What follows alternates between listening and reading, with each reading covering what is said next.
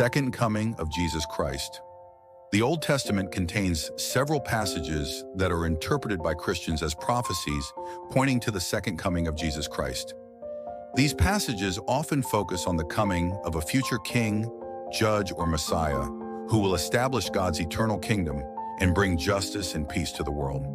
While the concept of the Messiah's return is more explicitly developed in the New Testament, here are key Old Testament passages often linked to the second coming. Daniel 7, verse 13 to 14. In my vision at night I looked, and there before me was one like a son of man, coming with the clouds of heaven. He approached the Ancient of Days and was led into his presence.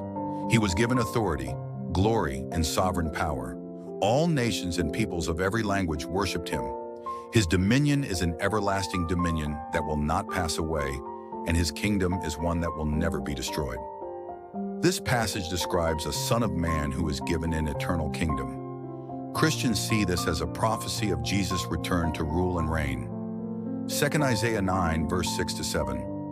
For to us a child is born, to us a son is given, and the government will be on his shoulders.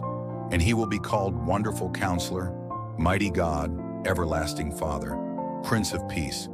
Of the greatness of his government and peace there will be no end.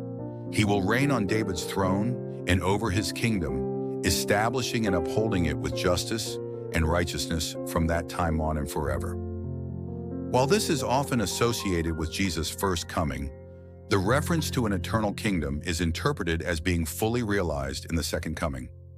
3 Zechariah 14, verse 4 to 9. On that day his feet will stand on the Mount of Olives, east of Jerusalem, and the Mount of Olives will be split in two from east to west, forming a great valley. The Lord will be king over the whole earth. On that day there will be one Lord, and his name the only name. This prophecy is seen as describing the return of the Lord to establish his reign and bring about the final judgment.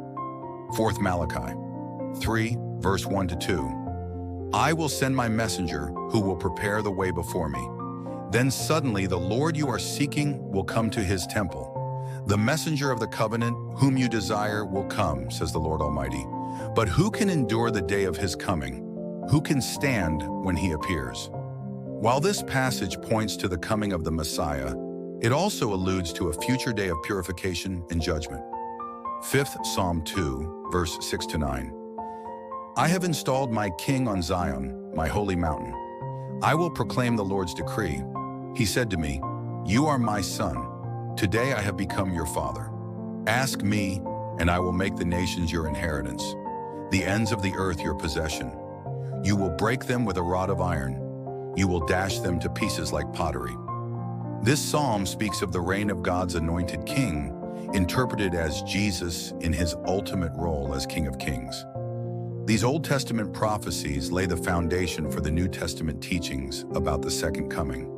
Christians believe that Jesus' first coming fulfilled part of these prophecies, while the second coming will fulfill the rest, establishing God's eternal kingdom in its fullness.